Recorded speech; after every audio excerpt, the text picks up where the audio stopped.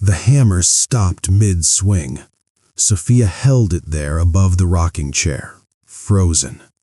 The baby was due tomorrow, and the chair still wasn't finished.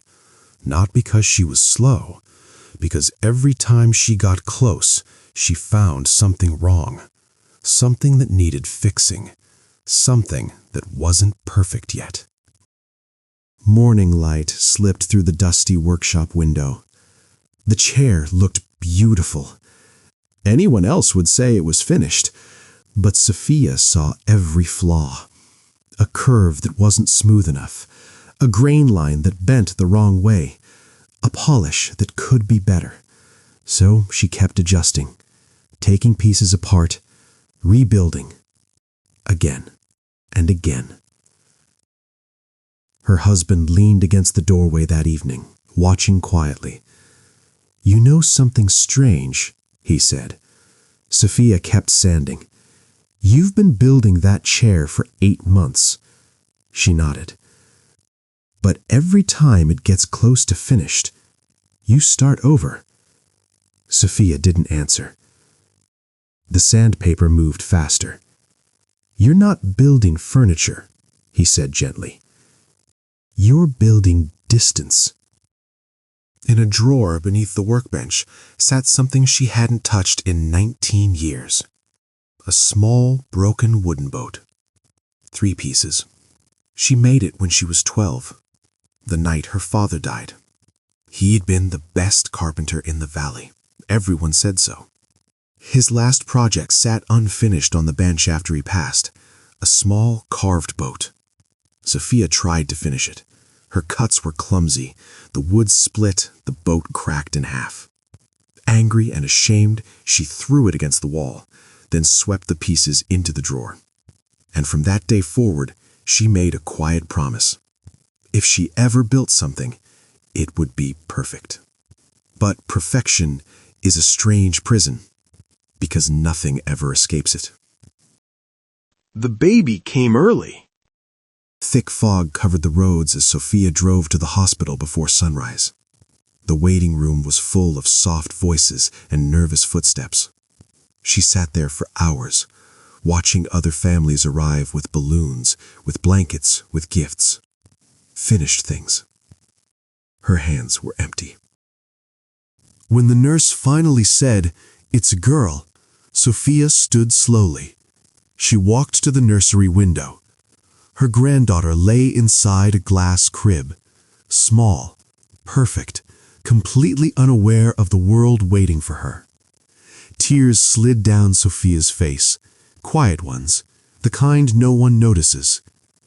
The next morning she returned to the workshop. The rocking chair waited exactly where she left it. Almost finished.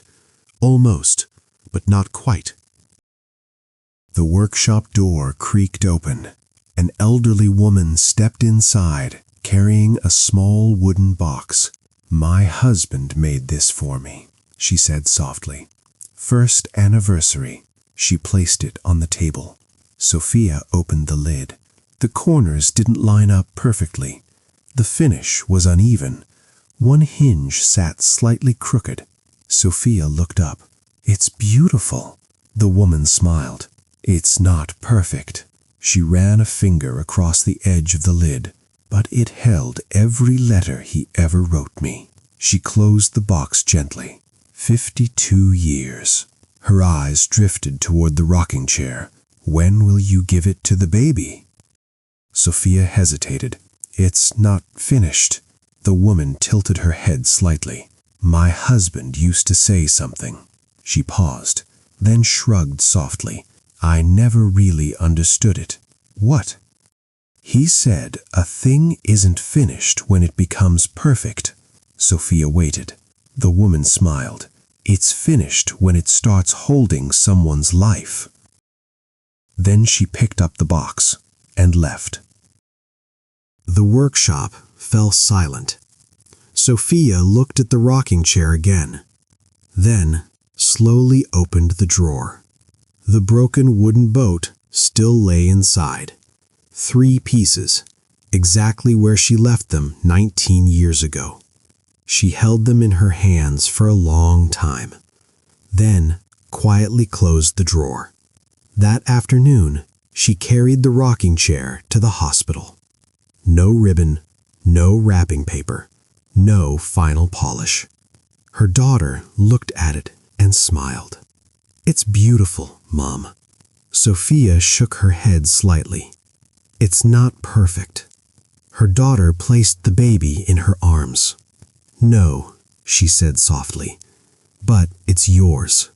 Sophia sat down in the chair. The wood rocked gently, back and forth. The baby stirred, then settled against her chest. The chair moved smoothly beneath them, steady, strong, whole. Outside, the fog had lifted. Sunlight spilled across the hospital windows. Sophia looked down at her granddaughter, and, for the first time in years, she stopped fixing the chair in her mind. She simply rocked, and the chair held.